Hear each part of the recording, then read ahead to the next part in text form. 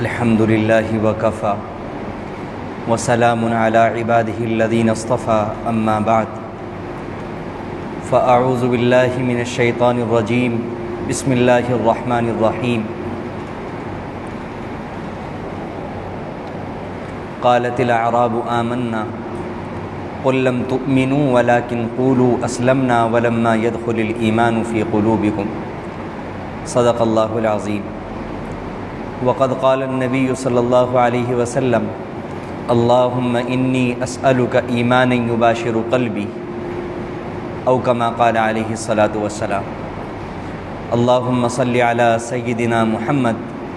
وعلى آل سيدنا محمد وبارك وسلم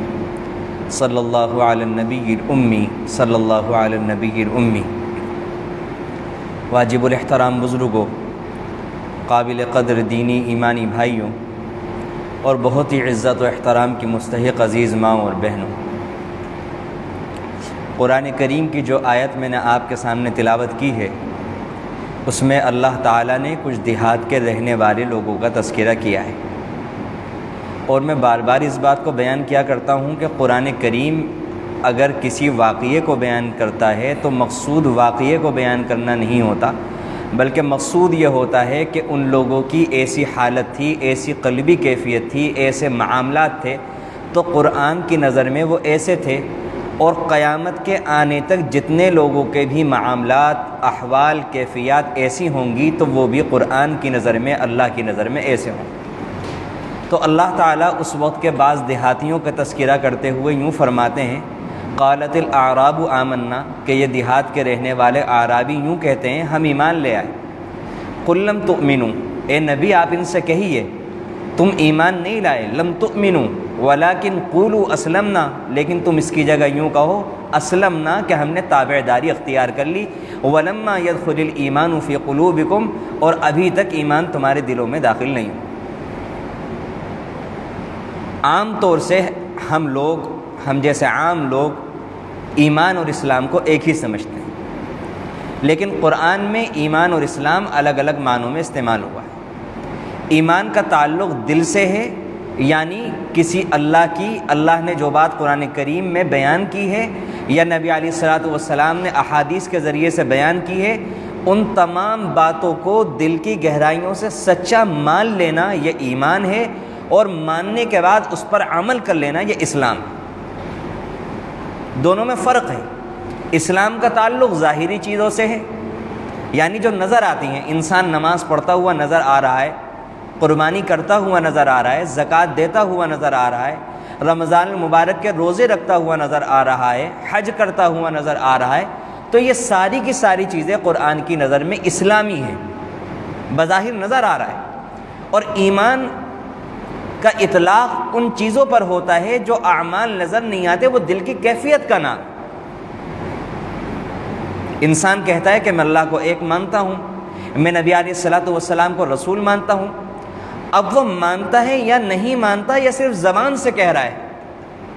اس کو سامنے والے کو جاننے کا اس کے پاس کوئی ذریعہ نہیں کہ یہ سچ کہہ رہا ہے یا جھوٹ کہہ رہا ہے۔ انسان کتنی ساری باتیں، جہاں انسان کے اندر بے انتہا بیماریاں ہیں، ان بیماریوں میں سے ایک بیماری، بدترین بیماری، بلکہ سب سے بڑی بیماری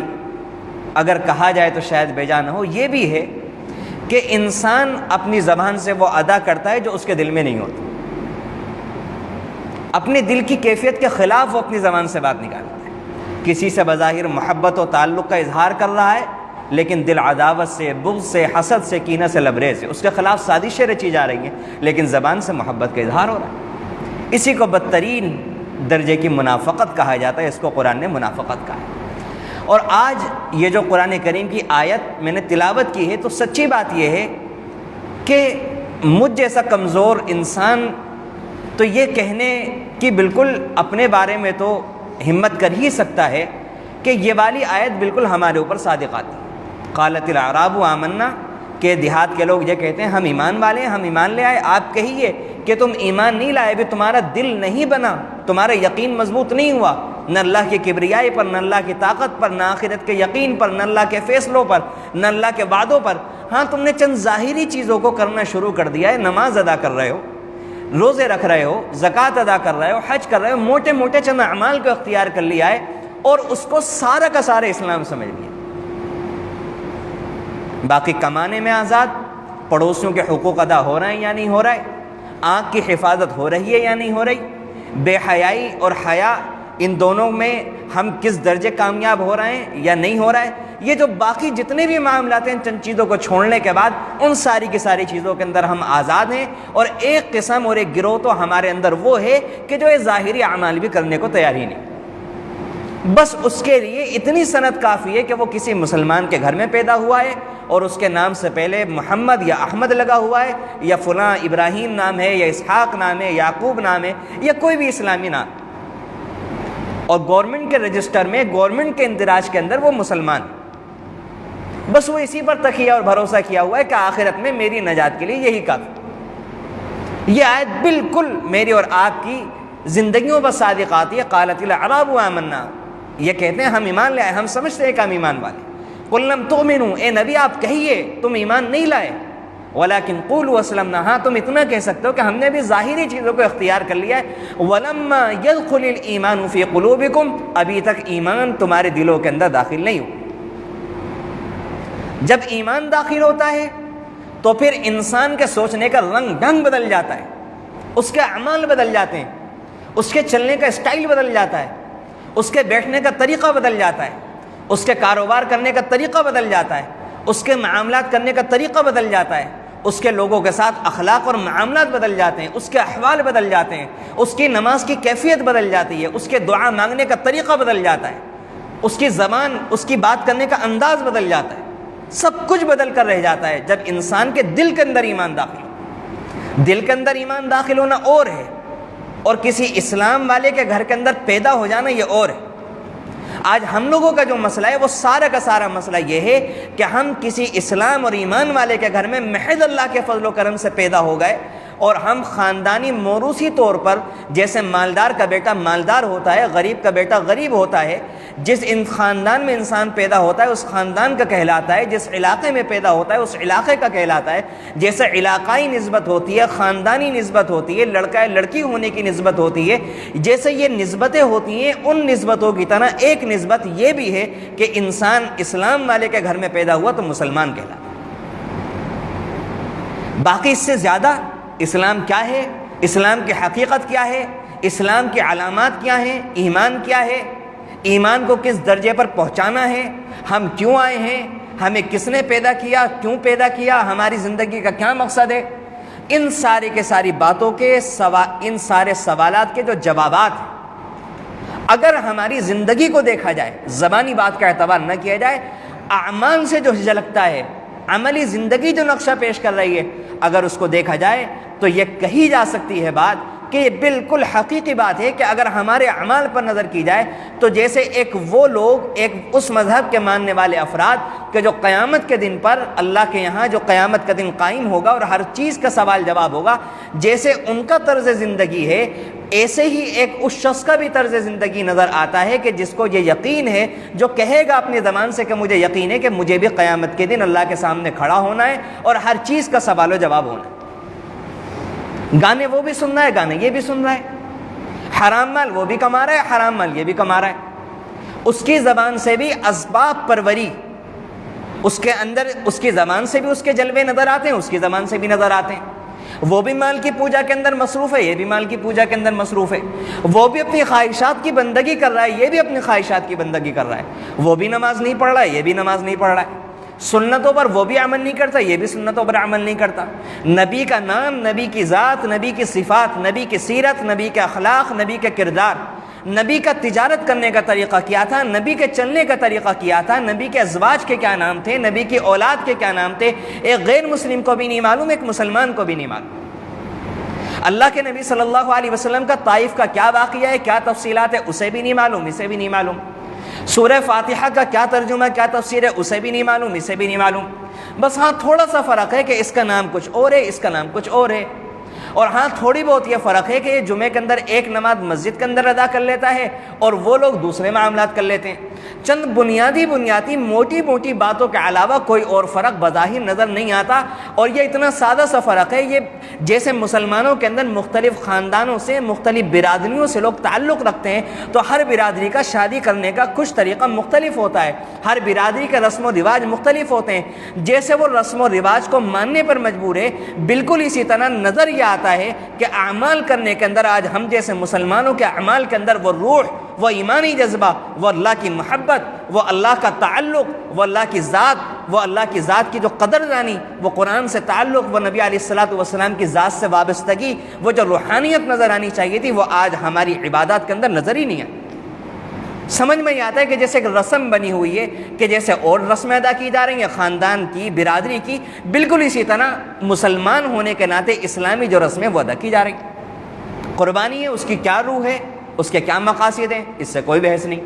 صرف ایک ظاہری چیز پر عمل ہو رہا ہے۔ نماز کس طرح ادا کرنی چاہیے، اللہ کے نبی صلی اللہ علیہ وسلم کی کیا کیفیت ہوتی تھی، اللہ کے نبی صلی اللہ علیہ وسلم کے سینے سے کیسی آواز آتی تھی، اللہ کے نبی صلی اللہ علیہ وسلم جب دعائیں مانگتے تھے آپ کے کتنے آنسو بہتے تھے، وہ کیفیات ہمارے اندر آ جائے، اس بارے میں تو بھی ہماری ذہن وہاں تک پہنچنے کے لیے، اس بات کی رسائی کے لیے تو ہمارا ذہن آمادہ ہی نہیں۔ بس ظاہری صورت ہے کہ اللہ کے نبی صلی اللہ علیہ وسلم دعا مانگتے تھے، ایک رسمی طور پر دعا کے لیے ہاتھ اٹھے، ادھر بھی دیکھا ادھر بھی دیکھا، اس میں اونگ بھی آ رہی ہے، اس میں جمائیاں بھی آ رہی ہیں، اس میں کھجلی بھی ہو رہی ہے، سارے کے سارے معاملات ہو رہے ہیں، فون آ گیا تو فون بھی دیکھ لیا، ذہن یہاں بھی لگا ہوا ہے وہاں بھی لگا ہوا ہے، لوگوں سے بات چیت بھی ہو رہی ہے، ہنسی مذاق بھی ہو رہا ہے، دعا بھی ہو رہی ہے۔ یہ کون سی دعا ہے، یہ کون سی نماز ہے، یہ کون سا اسلام ہے؟ سچی بات یہ ہے بلا مبالغہ، تحقیقاً اور مشاہدتاً، مشاہدے کے بعد یہ بات کہی جا رہی ہے کہ آج جتنا نقصان ہم جیسے خاندانی نامی صرف نام کے مسلمانوں سے جتنا اسلام کو نقصان پہنچ رہا ہے، اللہ کی قسم اتنا دوسروں سے نقصان نہیں پہنچ رہا۔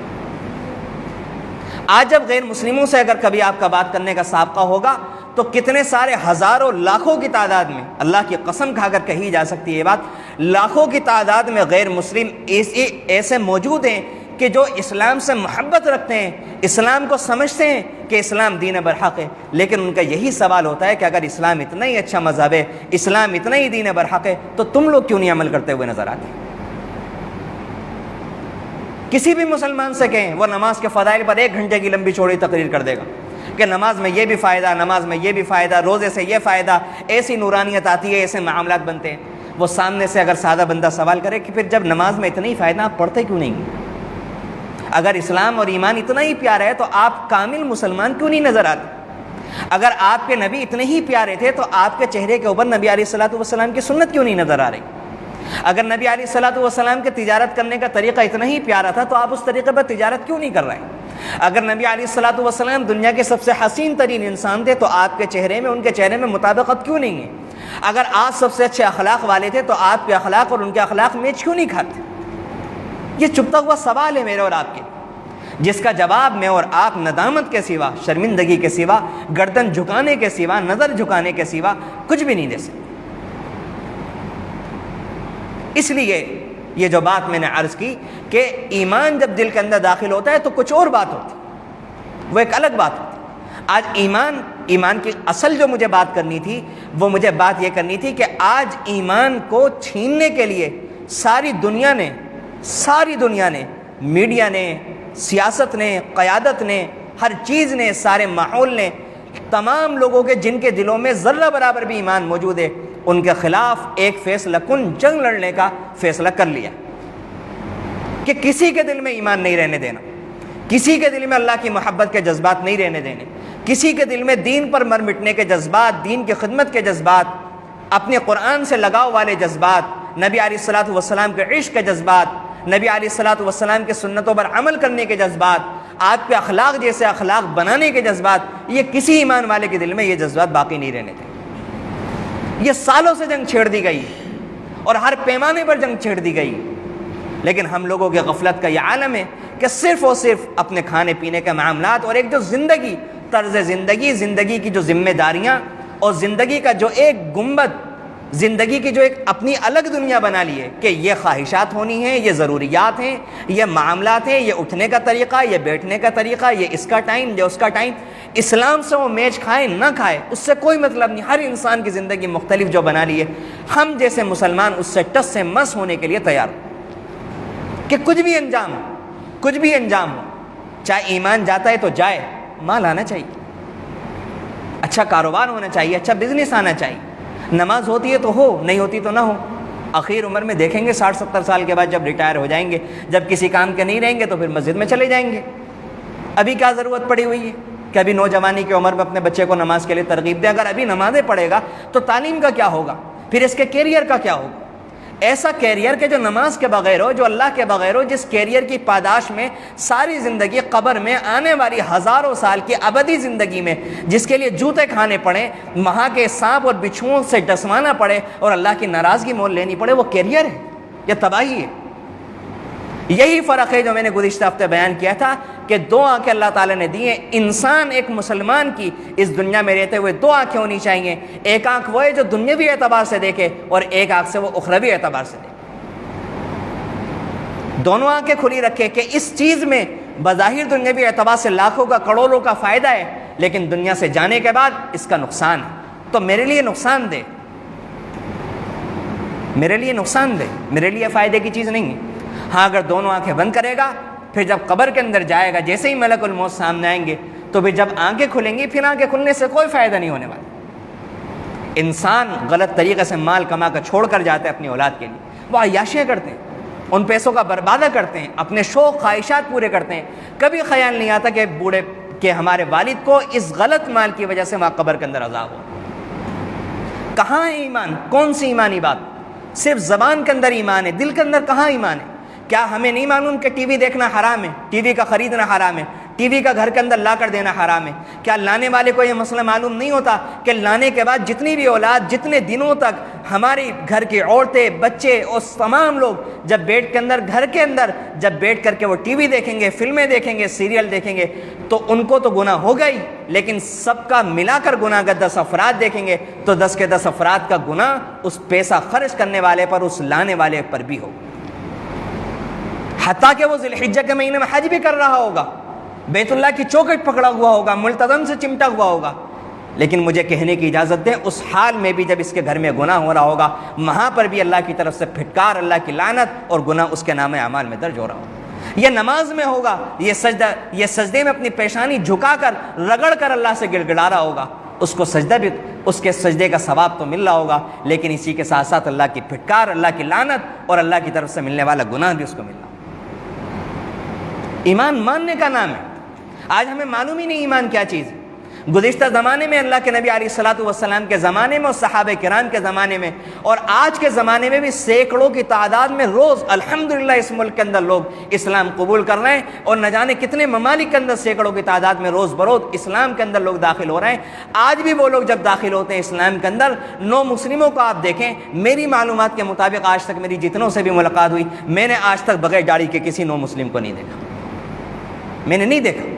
شاید ہوتے ہوں، مجھے نہیں معلوم، لیکن میری اپنی بہت ادنا سا طالب علم ہوں، بہت ادنا سی میری معلومات ہیں، لیکن جتنے لوگوں سے بھی آج تک میری ملاقاتیں ہوئی ہیں، میں نے آج تک کسی بھی نو مسلم کو بغیر داڑھی کے نہیں۔ کیوں؟ کیونکہ جب وہ اسلام کے اندر داخل ہوتے ہیں انہیں معلوم ہوتا ہے کفر کیا ہے، کفر کی گندگی کیا ہے، کفر کے نقصانات کیا ہیں، وہ اسلام اور کفر کو کمپیئر کر کے دیکھتے ہیں، ہر محاذ پر، ہر کسوٹی پر تول کر پرکھ کر دیکھتے ہیں۔ اللہ کے نبی صلی اللہ علیہ وسلم کی زندگی ان کے سامنے ہوتی ہے، دوسرے اوتار کی زندگی ان کے سامنے ہوتی ہے، اور جب وہ اسلام قبول کرتے ہیں، جیسے ہی وہ اسلام قبول کرتے ہیں ان کا طرز زندگی بالکل بدل جاتا ہے۔ اور جب انسان کے دل میں ایمان داخل ہوتا ہے تو اللہ کی قسم صحابہ کرام کا بھی یہی حال تھا، اور آج تک، آج کے زمانے تک اور قیامت تک اللہ کے فضل و کرم سے جس کے بھی دل میں جب بھی ایمان داخل ہوگا اس کے دیکھنے کا ڈھنگ بھی بدلے گا، چلنے کا ڈھنگ بھی بدلے گا، اس کی نمازیں بھی بدلیں گی، اس کی آنکھوں میں حیا بھی آئے گی، اس کی زبان میں لچک بھی آئے گی، اس کے معاملات بھی درست ہوں گے، اس کی دعائیں بھی لمبی ہوں گی، اس کے سجدوں کی ادائیں بھی نرالی ہوں گی، اس کا رکوع بھی الگ ہوگا، اس کے تمام عبادات کا حال بدلتا چلا جائے گا۔ خاندانی مسلمان ہونا الگ بات ہے، تو بالکل الگ قسم، بالکل الگ قسم۔ اور مضمون تو آج مجھے یہ بیان نہیں کرنا، لیکن بیچ میں زبان پر بات آ رہی ہے تو رک کر عرض کر دوں، یہ وہ زمانہ ہے، احادیث کی روشنی میں بڑے بڑے علماء یہ فیصلہ کر چکے ہیں اور برابر ان موضوعات کے اوپر علماء احادیث کی روشنی میں بیانات جاری کر رہے ہیں، اور احادیث کی روشنی میں واللہ العظیم اللہ کی قسم کھا کر علماء کو ذرہ برابر 1% بھی کوئی تردد نہیں ہے۔ اللہ کی قسم، جس طرح سورج بالکل صاف نظر آ رہا ہے، علماء نے علم کی روشنی میں، احادیث کی روشنی میں بالکل صاف بتا دیا ہے کہ یہ جو مرحلہ چل رہا ہے یہ کفر اور اسلام، کفر اور ایمان کے فیصلہ کن جنگ کا وقت چل رہا ہے، اور یہ اللہ کی طرف سے وہ وقت چل رہا ہے کہ جب نام کے مسلمانوں کو الگ کیا جائے گا اور اصلی حقیقی ایمان والوں کو الگ کیا جائے گا۔ اور احادیث صاف بتاتی ہیں، اگر میں نہ بتاؤں تو میں دیندار رہوں گا۔ احادیث صاف بتاتی ہیں کہ اس چھٹائی کے وقت میں، اس دور میں، اس والے دور میں، ابھی جو ہمارا زمانہ چل رہا ہے، اس زمانے کے اندر نام کے مسلمانوں کو الگ کیا جائے گا، اور نام کے مسلمانوں کی تعداد اصلی مسلمانوں سے بہت بڑی تعداد۔ آپ اندازہ کر لیں ایک حدیث سے، اللہ کے نبی صلی اللہ علیہ وسلم نے فرمایا کہ مدینہ منورہ میں اللہ کے نبی صلی اللہ علیہ وسلم کے روضے پر سلام پیش کرنے والے، اللہ کے نبی صلی اللہ علیہ وسلم کے روضے پر سلام پیش کرنے والے، ریاض الجنہ میں حاضری دینے والے، مسجد نبوی میں نماز ادا کرنے والے، ان مقامات مقدسہ کی رہائش اختیار کرنے والے، اتنے برگزیدہ لوگ جو مدینہ منورہ میں اللہ کے نبی صلی اللہ علیہ وسلم کو بالمشافہ سلام پیش کر دے، اس کی قسمت کا کیا ٹھکانہ۔ جس کو ریاض الجنہ میں 2 رکعت نفل نماز پڑھنے نصیب ہو جائیں، اس کی قسمت کا کیا ٹھکانہ۔ اللہ کے نبی صلی اللہ علیہ وسلم نے فرمایا کہ جس کو یہ سعادتیں ہزاروں بار نصیب ہوتی ہوں گی جو وہاں کے باشندے ہوں گے۔ اللہ کے نبی نے اس دور کے بارے میں کہا تھا کہ جب وہ فیصلہ کن مرحلہ آئے گا تو مدینہ منورہ سے بھی 70,000 منافقین نکلیں۔ کون منافق؟ نام ان کا وہی ہوگا، عبداللہ ہوگا، نام ان کا عبد الخالق ہوگا، نام ان کا ابراہیم، اسماعیل، اسحاق، یعقوب، یوسف، ایسے ہی نام ہوں گے۔ وہ مسجد نبوی میں آتے جاتے ہوں گے، کرتے پجامے پہنتے ہوں گے، داڑیاں بھی ہوں گی، سب کچھ مسائل ہوں گے، ہم جیسے اور آپ کے جیسے خاندانی مسلمان ہوں گے، لیکن یہاں ایمان نہیں۔ یہ ہے وَلَمَّا يَدْخُلِ الْإِيمَانُ فِيهِ۔ اپنے بارے میں خود فیصلہ کر لینا میں مسلمان ہوں، اپنے بارے میں خود فیصلہ کر لینا کہ مجھے قبر میں عذاب نہیں ہونے والا، اپنے بارے میں خود فیصلہ کر لینا میں پکا جنتی ہوں، میں جہنم میں نہیں جاؤں گا، یہ کوئی اچھی بات۔ کسی کے بارے میں فیصلہ کرنے کا مجھے یا کسی بھی عالم کو اختیار نہیں، لیکن ہاں ہر انسان کو اپنے بارے میں اپنے گریبان میں جا کر سوچنا چاہیے۔ اور اللہ کی قسم کھا کر یہ بات کہہ رہا ہوں، قرآن کی روشنی کے اندر یہ بات کہہ رہا ہوں، اپنے بارے میں بغیر اعمال کیے یہ فیصلہ کر لینا کہ میں جنتی ہوں، یہ بہت بڑے نقصان کا پیش خیمہ ہے۔ آخرت کے اندر جیسے ہی آخرت کے ادوار، آخرت کے احوال شروع ہوں گے، جیسے ہی ملک الموت آئیں گے، غلط فہمی دور ہوگی، بہت بڑی پریشانی کے اندر، بہت بڑے حادثے کے اندر، بہت بڑی قیامت کے اندر انسان مبتلا ہو جائے گا۔ اور یہ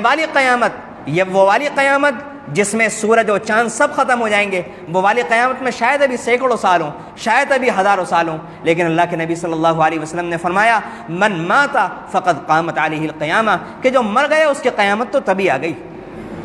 اس قیامت کے وقوع میں کس کو شک ہے؟ مجھے کیا معلوم کہ میری اس والی قیامت کے واقع ہونے میں 1 منٹ ہے یا 1 سیکنڈ باقی ہے۔ کتنے سارے نوجوانوں کو ہم دیکھتے رہتے ہیں، ابھی قریب میں واقعہ ہوا ایک نوجوان کا، کتنی چھوٹی چھوٹی عمروں کے اندر انتقالات ہوتے ہیں، ہم یہ واقعات نہیں دیکھتے۔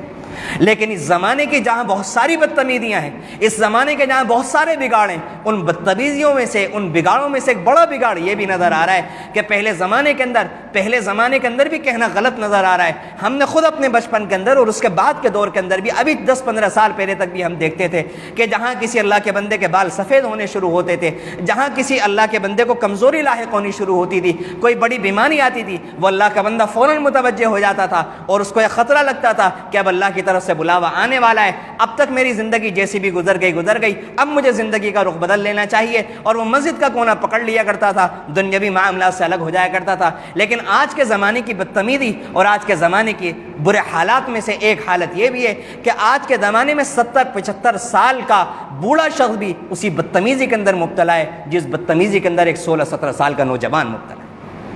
جو گندے مناظر وہ 17 سال کا نوجوان دیکھ رہا ہے، وہی گندے مناظر، وہی فحش مناظر 70 سال کا بوڑھا بھی دیکھ رہا ہے۔ جو چھچورپن،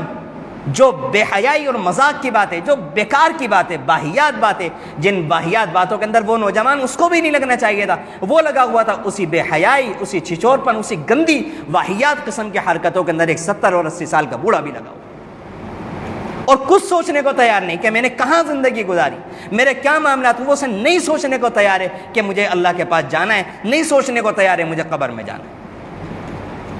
اسی کو کہتے ہیں دل کا مر جانا. یہی علامت ہے اس بات کی کہ دل سیاہ ہو چکا, دل پر اللہ کی طرف سے تالے مارے جا چکے, دل کے اندر ایمان نہیں ہے. سوچتے رہو. یہ کوئی آسان معاملہ نہیں ہے, یہ کوئی آسان معاملہ نہیں. قرآن کریم نے بیان کیا, قرآن کریم پر ہم غور نہیں کرتے. حضرت نوح علیہ السلام کا واقعہ کیوں بیان کیا قرآن کریم نے؟ ہم اور آپ کیا نبی کے بیٹے ہیں؟ نبی کے بیٹے سے بڑھ کر اگر کسی کو اس کے باپ کی نیکی پہنچ سکتی تھی, اگر کسی کو کسی کی نیکی سے فائدہ پہنچ سکتا تھا, تو ایک باپ کی نیکی کا فائدہ اس کے بیٹے کو پہنچ سکتا تھا. اس سے قریب تعلق کون سا ہوگا؟ ایک میاں بیوی سے قریب تعلق کون سا ہوگا؟ لیکن نوح علیہ السلام جیسے برگزیدہ پیغمبر جنہوں نے 950 سال تک تبلیغ کی, اللہ کی طرف سے جو فریضہ عائد کیا گیا تھا اس کا حق ادا کر دیا, لیکن ان کی نبوت کا, ان کی نیکی کا 1% بھی کوئی فائدہ ان کے بیٹے کنعان کو اور ان کی بیوی کو نہیں پہنچ سکا. اس سے بڑی مثال کیا ہوگی؟ سوچتے رہو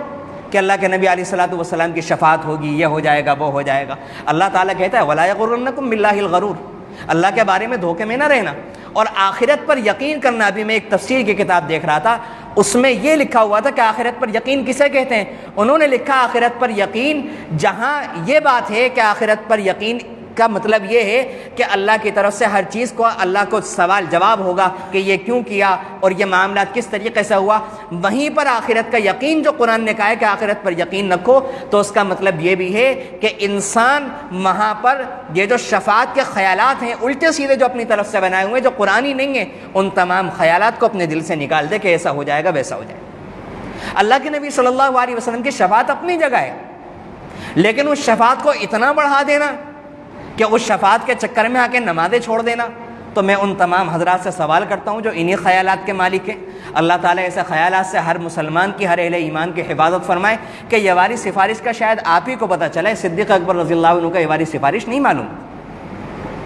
ان کو اللہ کے نبی نے دنیا میں رہتے ہوئے جنت کی بشارت دی, دنیا میں رہتے ہوئے جنت کی بشارت دی. اس کے باوجود صدیق اکبر رضی اللہ عنہ کیا بات ہے جو کہہ رہے ہیں کہ کاش میں تو ایک پرندہ ہوتا. یہ والی بشارت میں معذرت کے ساتھ عرض کروں گا کہ حضرت عمر کو نہیں معلوم تھی. ہم اور آپ زیادہ جاننے والے ہیں, 1450 سال کے بعد انہیں نہیں معلوم تھا اللہ کے نبی سفارش کریں گے, جن کے بارے میں نبی علیہ السلام کی سچی زبان یوں کہ لو کان بعدی نبی لکان عمر, اگر میرے بعد نبی ہوتے تو وہ عمر ہوتے. وہ عمر زمین پر ہاتھ مار کر کہتا ہے کہ زمین تو کتنی مبارک ہے, تیرے اوپر کوئی حساب کتاب نہیں ہے, پیارے اللہ کاش میں زمین کا کوئی ذرہ ہوتا. انہیں نہیں معلوم تھی والی سفارش. وہ کہتے ہیں کاش مجھے میری ماں نے جنا نہ ہوتا. اور اتنے بڑے بڑے کارنامے انجام دینے کے بعد, سارے کے سارے کام کرنے کے بعد, حضرت عمر رضی اللہ عنہ جب سے خلیفہ وقت بنے, اچھے خاصے کھانے پینے والے آدمی تھے, لیکن جیسے ہی خلیفہ وقت بنے کھانا پینا اتنا کم کر دیا, صرف نمک اور روٹی پر گزارا کرنا شروع کر دیا کہ ساری صحت خراب ہو گئی, چہرے کا رنگ بھی کالا ہو گیا. لوگوں نے کہا یہ کیا کر رہے ہیں؟ کہنے لگا میں امیر المؤمنین ہوں. اب اگر کسی دریا کے کنارے, سینکڑوں ہزاروں میل عراق میں جو دریا ہے, اس کے کنارے اگر کوئی گدھا بھی مر گیا یا کسی گدھے کو ٹھوکر بھی لگ گئی, تو مجھے خطرہ ہے کہ عمر سے اللہ تعالیٰ سوال کریں گے کہ قیامت کے دن کہ تمہاری دور خلافت کے اندر اس گدھے کو چوٹ کیسے لگی, تم نے سڑک کا انتظام کیوں نہیں کیا. ان کو نہیں معلوم تھی والی سفارش. حضرت عثمان غنی کو نہیں معلوم تھی والی سفارش. حضرت علی المرتضیٰ رضی اللہ عنہ کو نہیں معلوم تھی والی سفارش. جب ایک بدبخت, ایک شقی شخص نے حضرت علی رضی اللہ عنہ کے صبح نماز کے لیے, تہجد کے وقت لوگوں کو بیدار کر رہے ہیں, نماز کے لیے اٹھا رہے ہیں, اس وقت ایک بدبخت نے جو چھپا ہوا تھا, اس نے زہر میں بھجا ہوا خنجر حضرت علی رضی اللہ عنہ کے مارا ہے, اور وہ خنجر آپ کے جسم کے اندر داخل ہوا. حضرت علی رضی اللہ عنہ کے زبان سے آج نکلا فزت ورب الکعبہ, رب کعبہ کی قسم میں کامیاب ہو گئے. یہ ہے ایمان. اپنی جان کی کوئی فکر نہیں, اپنی جان کی کوئی پرواہ نہیں, شہادت کا مرتبہ ملا, فزت ورب الکعبہ, رب کعبہ کی قسم میں کامیاب. ایمان کچھ اور ہے, ایمان کچھ اور ہے. ہم نہیں جانتے ایمان کیا ہے. ایمان تو خطرہ پرور ہوتا ہے. ایمان لانے کے بعد تو زندگی بدل جاتی ہے. ایمان لانے کے بعد جب اللہ کے نبی صلی اللہ علیہ وسلم کے بعد صحابہ آتے تھے کہ ہم ایمان میں داخل ہوتے ہیں, اللہ کے نبی صلی اللہ علیہ وسلم کو پتہ چلا کہ ایک صحابی نے 4 سے زیادہ نکاح کیے ہوئے ہیں. اللہ کے نبی صلی اللہ علیہ وسلم نے کہا چھوڑنا پڑے گا. یہ نہیں کہا کہ میں بیوی کو کیسے چھوڑ سکتا ہوں, میں نہیں چھوڑوں گا, میں نہیں داخل ہوتا. فوراً رسم تھی کہ لڑکیوں کو میراث نہیں دیں گے. ایک صاحب اسلام کے اندر داخل ہوئے اور ان کے جب میراث بانٹنے کا وقت آیا ان کے بھائی کا انتقال ہوا، انہوں نے اپنے لیے اور لڑکوں کو دی، لڑکیوں کو نہیں دی۔ اللہ کے نبی صلی اللہ علیہ وسلم کی عدالت کے اندر مسئلہ گیا، سینکڑوں سالوں سے جو خاندانی رسم چلی آ رہی تھی، اللہ کے نبی صلی اللہ علیہ وسلم نے کہا نہیں، اسلام کا حکم ہے بیٹیوں کو دینی پڑے گی۔ اللہ کے نبی جو آپ کو حکم ہے ہم نے مانا۔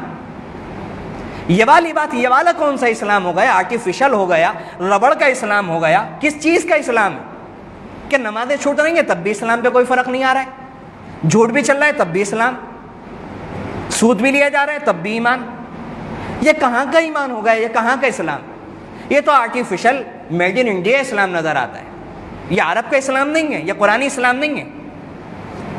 یہ ہمارے ملک کا اپنا بنایا ہوا اسلام ہے، یہ اپنے دل کی پیداوار ہے،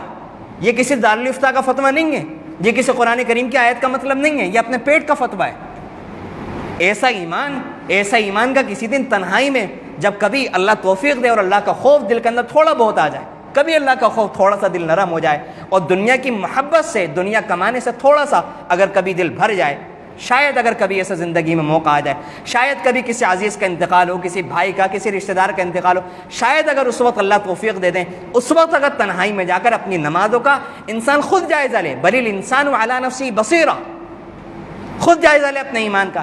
تو انسان اپنے ایمان کو خود قبول نہیں کرے گا، اللہ کے ہاں تو کیا قبول ہو؟ یہ والی نمازیں تو انسان اس اپنی نمازوں کے اوپر کہ جس میں ایک سیکنڈ کے لیے بھی نہ تو اللہ کی ذات کی طرف انسان متوجہ ہو رہا ہے، نہ اللہ کی عظمت کا کبھی خیال آ رہا ہے، نہ اللہ کی کبریائی کا کبھی خیال آ رہا ہے، نہ درود شریف پڑھتے وقت اللہ کے نبی کی محبت کا خیال آ رہا ہے۔ یہ والی نمازیں تو انسان کی اپنی نظر میں کچھ بھی کسی بھی قابل نہیں نظر آتی، اللہ کی نظر میں تو کیا قابل قبول ہو۔ اس لیے میں نے نوح علیہ السلام کا واقعہ بیان کیا کہ نوح علیہ السلام کی نبوت آپ کے اعمال صالحہ آپ کے بیٹے کا کام نہیں آئے۔ اس چکر میں ہم نہ رہیں کہ فلاں چیز، یہ سب باتیں اپنی جگہ ہیں۔ اس لیے اپنے ایمان کو مضبوط کرنے کی فکر کریں، اپنے ایمان کا جائزہ لینے کی کوشش کریں کہ ایمان ہوتا کیا ہے۔ ایمان جب انسان کے دل کے اندر داخل ہوگا تو وہ نماز چھوڑ ہی نہیں سکتا۔ یہ دونوں چیزیں ایک ساتھ جمع نہیں ہو سکتی کہ دل میں ایمان بھی ہے، نمازیں بھی اڑائی جا رہی ہیں، یہ نہیں ہو سکتا۔ نمازیں بھی ہیں، ٹی وی بھی چل رہا ہے، نمازیں بھی ہیں، آوارگی بھی ہو رہی ہے، نمازیں بھی ہیں، عریانیت بھی ہو رہی ہے، یہ دونوں چیزیں ایک ساتھ نہیں چلا کرتی۔ جیسے آگ اور پانی دنیا کے اندر جمع نہیں ہو سکتا، ایسے یہ دونوں چیزیں بھی جمع نہیں ہو سکتی۔ ہاں، وقتی طور سے گناہ کا ہو جانا یہ انسانی عادات میں سے بشری تقاضا ہے، کبھی انسان سے کوئی گناہ ہو گیا وہ الگ بات، لیکن گناہ کرتے رہنا، مستقل کرتے رہنا اور چھوڑنے کی کوئی فکر نہ کرنا، اس امید پر کہ آگے کبھی بڑھاپے میں زندگی بدلیں گے، تو یہ پکی علامت ہے کہ ایمان دل کے اندر نہیں۔ حضرت ابراہیم علیہ السلام کیا جلیل القدر پیغمبر ہیں، اللہ نے جنہیں اپنا خلیل کہا، خلیل اللہ۔ اللہ کے نبی صلی اللہ علیہ وسلم کے بعد سب سے بلند مقام حضرت ابراہیم علیہ السلام کا نظر آتا ہے، جنہوں نے ساری زندگی قربانی دی۔ 5,500 کلومیٹر کا میں نے بتایا کہ ہجرت کر کے گئے،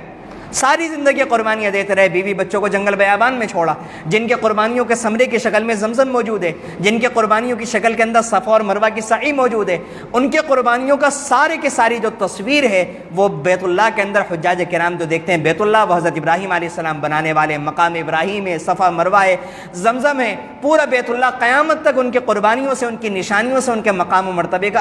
اعلیٰ شاہکار پیش کر رہا ہے پورا بیت اللہ، پورا حتیم اور پورے اس کے آس پاس کے علاقے۔ ان کے بارے میں بخاری شریف کے اندر آتا ہے کہ قیامت کے دن حضرت ابراہیم علیہ السلام کے اپنے والد آزر سے ملاقات ہوگی تو اس وقت وہ دیکھیں گے کہ ان کا چہرہ کالا ہوگا، سیاہ ہوگا۔ کس کا؟ اتنے بڑے نبی کے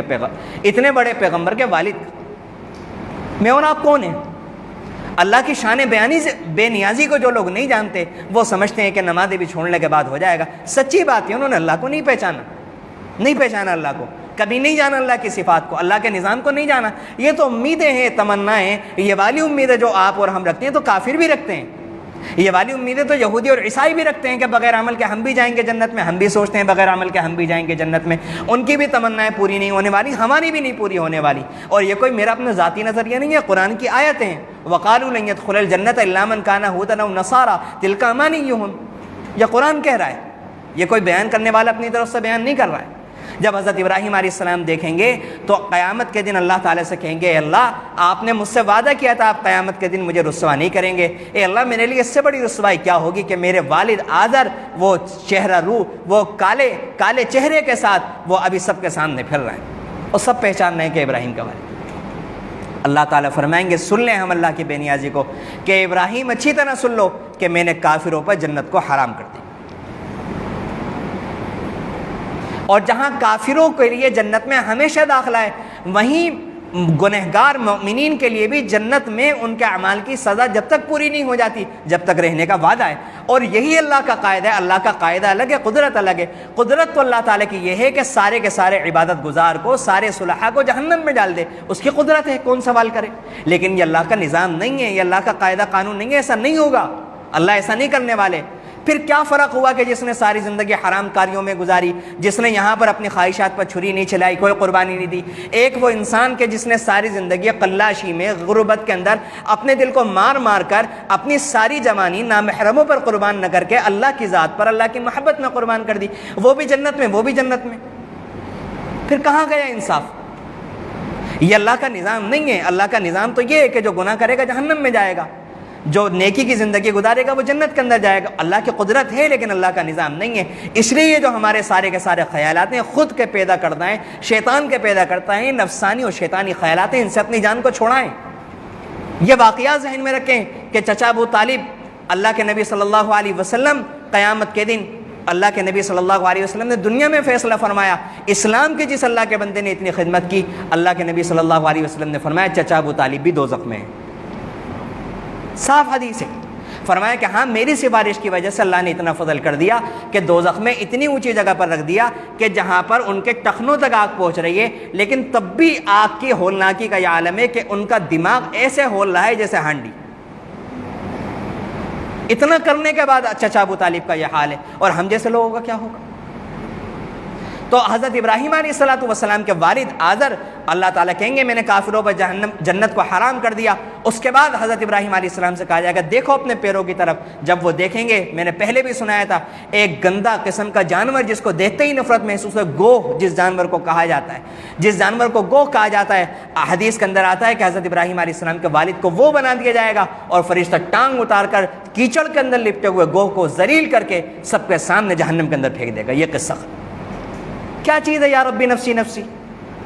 آدم علیہ السلام بھی یا ربی نفسی نفسی، نوح علیہ السلام بھی یا ربی نفسی نفسی، داؤد علیہ السلام بھی، ابراہیم علیہ السلام بھی۔ ان کو نہیں معلوم اللہ معاف کرنے والے، ہمیں اور آپ کو ہی زیادہ معلوم۔ جنہوں نے ساری زندگیاں قربان کی وہ قیامت کے دن تھرلا رہے ہوں گے، کانپ رہے ہوں گے، اے اللہ بس ہماری جان بخش دیجیے۔ اور ہم لوگوں کا کیا حال؟ اس لیے میرا عزیز، اللہ نے بہت بڑی نعمت دی ہے، ایمان بہت بڑی نعمت دی ہے۔ چچا ابو طالب نے سب کچھ کیا لیکن ایمان نہیں تھا، دوزخ۔ اور ہم لوگوں کو اللہ نے بغیر مانگے ایمان دے دیا۔ ہم لوگ کتنے بھی گناہ کر لیں، ایمان لانے کا یہ فائدہ ہے کہ سب سے ادنا، سب سے بڑا فائدہ جو ہے وہ ایمان لانے کا یہ کہ انسان جب ایمان والا ہوتا ہے تو کتنے بھی گناہ ہو لیکن ایک نہ ایک دن وہ جہنم سے نجات پا کر جنت میں چلا جائے گا۔ لیکن یہاں پر ہمیں رکنا نہیں ہے، سوچنے کی بات یہ ہے کہ جب ادنا ایمان والے کو اتنا فائدہ ہو سکتا ہے تو اگر کوئی انسان ایمان پر محنت کر لے، اللہ کے حکم کو پورا کر لے، تو وہ کہاں سے کہاں تک پہنچ سکتا ہے۔ اس لیے میرے عزیزو، ایمان کی قدر پہچانیں، اسلام ایمان کو بڑھانے کی کوشش کریں، ایمان کو مضبوط کریں۔ اللہ تعالی ہمارے ایمانوں کی حفاظت فرمائے، اللہ تعالی ہمارے ایمانوں کو مضبوط فرمائے۔ آمین۔ وآخر دعوانا الحمدللہ۔